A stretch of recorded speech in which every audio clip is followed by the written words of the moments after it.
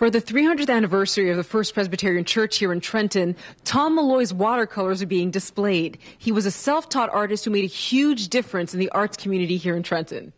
He was an all-round gentleman and artist, if in the highest order. Pastor Allen and Tom Malloy's two nieces and sister-in-law who attend this church thought it would be fitting to showcase Malloy's work here to celebrate the church's 300th anniversary, but also the artist's 100th anniversary. Malloy was born in 1912. On display are Malloy's very own paintbrushes, some of his watercolors, his cane, and his hat, giving a really personal touch to this exhibition. Included in this collection is his replica painting of this very church.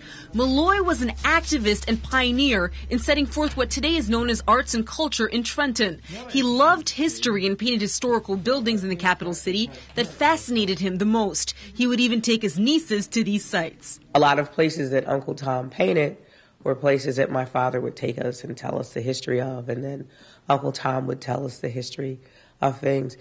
It was through the financial support of his wife that Malloy was able to devote himself entirely to his craft. She was very, very important in his life because she was a nurse and she allowed Uncle Tom to quit his job and to paint full time. So if she hadn't supported him in his artwork, he probably would not have been as famous as he was.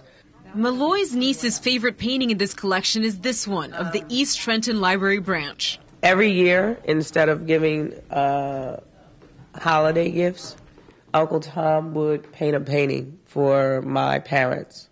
And after my father passed, he would paint for my mother.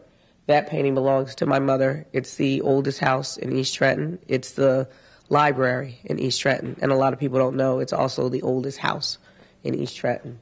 Malloy passed away just a couple years ago in 2008. His genius was capturing the vulnerability of the historic buildings he loved so much in watercolor, the medium that is most fragile and can best illustrate the intrinsic beauty of these buildings and what a loss it would be if they were not preserved and protected.